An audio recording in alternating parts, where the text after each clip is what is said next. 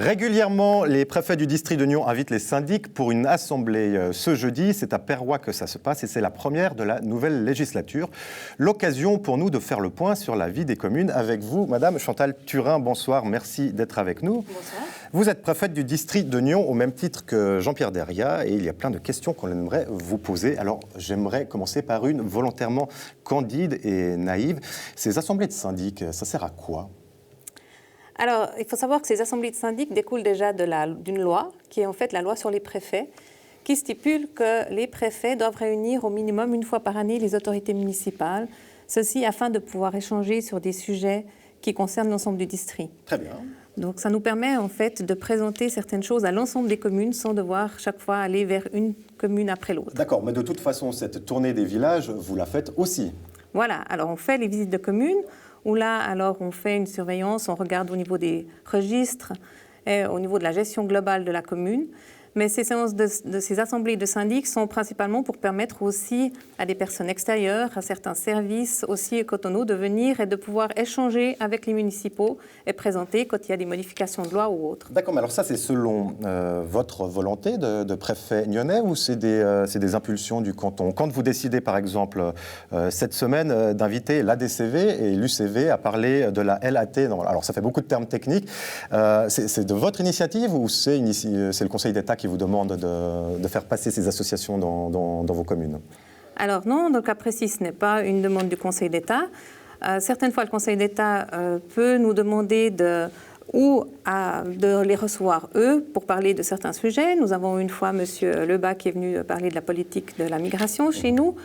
Mais ça aussi, en fonction des demandes, par exemple, pour ce soir, c'est une demande au départ de l'ADCV qui souhaitait venir présenter son association en début de législature au nouveau syndic en place. Mais donc vous pouvez faire des propositions. On se souvient d'une assemblée des syndics où votre collègue Jean-Pierre Deria avait invité les communes à en faire plus en matière d'accueil de migrants. C'était vraiment, il leur demandait vraiment une impulsion. Alors voilà, ça c'était suite effectivement à la séance qui avait eu lieu avec M. Lebas.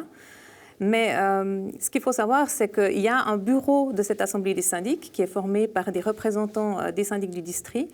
Et c'est avec ce bureau que l'on décide des sujets qui sont traités en assemblée des syndics. Très bien. Autre question, est-ce que ces assemblées ne font pas doublon avec les séances du conseil intercommunal, du conseil régional ? Alors non, parce que ce n'est pas du tout la même chose.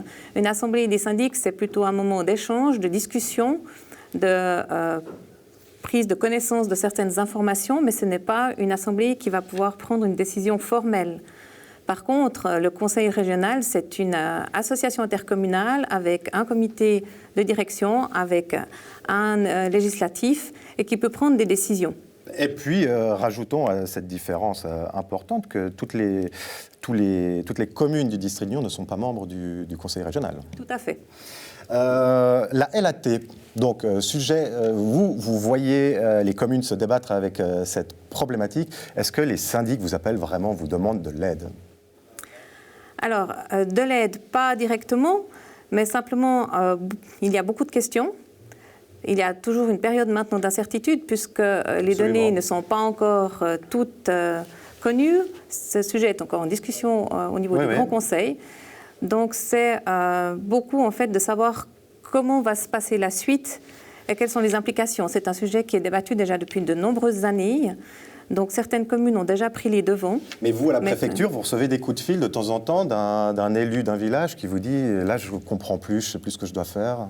Alors oui, ça arrive dans des situations où certaines personnes, par rapport à une mise à l'enquête, ne reçoivent pas forcément l'autorisation au départ parce que voilà, il y a tout d'un coup une restructuration ou un plan d'affectation qui est en cours.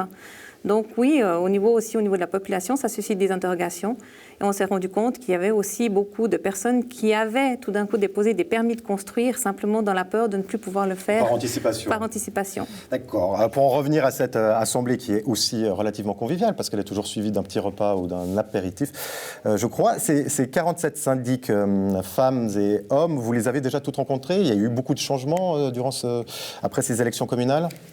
Alors, on les a presque déjà tous rencontrés parce qu'on avait déjà fait une réunion en fin de législature où on avait clôturé la dernière législature et puis entamé la nouvelle.